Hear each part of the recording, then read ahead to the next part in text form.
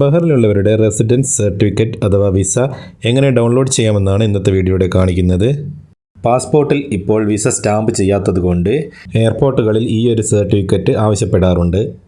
അതിനായി നിങ്ങളുടെ മൊബൈലുള്ള ഒരു ബ്രൗസർ ഓപ്പൺ ചെയ്ത് റെസിഡൻസ് BH എന്ന് സെർച്ച് ചെയ്യുക. ഇവിടെ ഫസ്റ്റ് കാണുന്ന റെസിഡൻസി സർവീസ് എന്നത് സെലക്ട് ചെയ്യുക.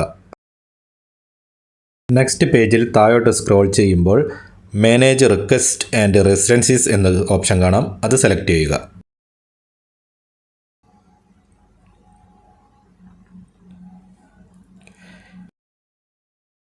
നെക്സ്റ്റ് പേജിൽ സ്പെസിഫിക് റെസിഡൻസി എന്നും മൾട്ടിപ്പിൾ റെസിഡൻസീസ് റിക്വസ്റ്റ് എന്നും കാണാം.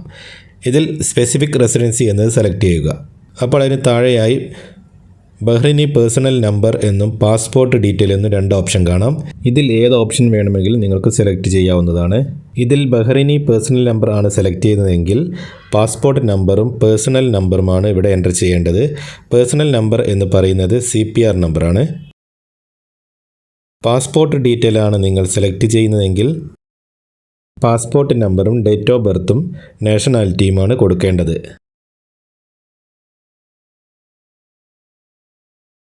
ഞാനിവിടെ ബഹ്റിനി പേഴ്സണൽ നമ്പർ എന്നതാണ് സെലക്ട് ചെയ്യുന്നത്.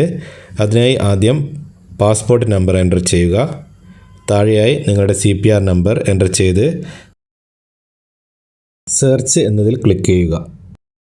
ഇവിടെ താഴോട്ട് സ്ക്രോൾ ചെയ്യുമ്പോൾ റെസിഡൻസി സർട്ടിഫിക്കറ്റ് എന്നൊരു ഓപ്ഷൻ കാണാം. ഇതിൽ ക്ലിക്ക് ചെയ്യുമ്പോൾ റെസിഡൻസി സർട്ടിഫിക്കറ്റിൻ്റെ പ്രിവ്യൂ കാണാൻ സാധിക്കുന്നതാണ്.